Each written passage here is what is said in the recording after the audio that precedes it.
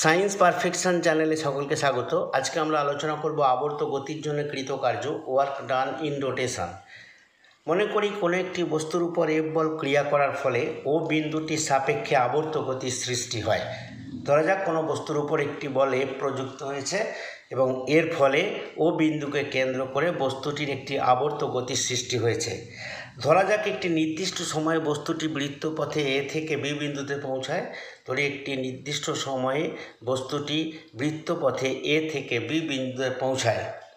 বৃত্তপথে রৈখিক সরণ যদি এস হয় তাহলে আমরা জানি S is equal to R theta, যেখানে থিটা হচ্ছে কৌণিক সরণ এবং আর হচ্ছে বৃত্তপথের ব্যাসার্ধ। কৃতকার্য W is equal to F into S is equal to F into এসের জায়গায় লেখা হয়েছে R theta, F R theta, যেহেতু S is equal to R theta is equal to tau theta, যেখানে tau is equal to F into R, R vector into F vector is equal to ঘূর্ণন বিন্দুর সাপেক্ষে বলের ভ্রামক।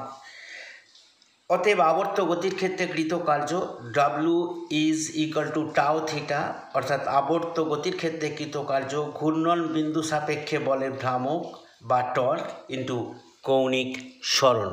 আজকে এই পর্যন্তই। আমার ক্লাসটা শোনার জন্য সকলকে ধন্যবাদ। ক্লাসটা ভালো লাগলে একটি লাইক দেবে, বন্ধুদের সাথে শেয়ার করবে এবং চ্যানেলটিকে সাবস্ক্রাইব করবে। নমস্কার।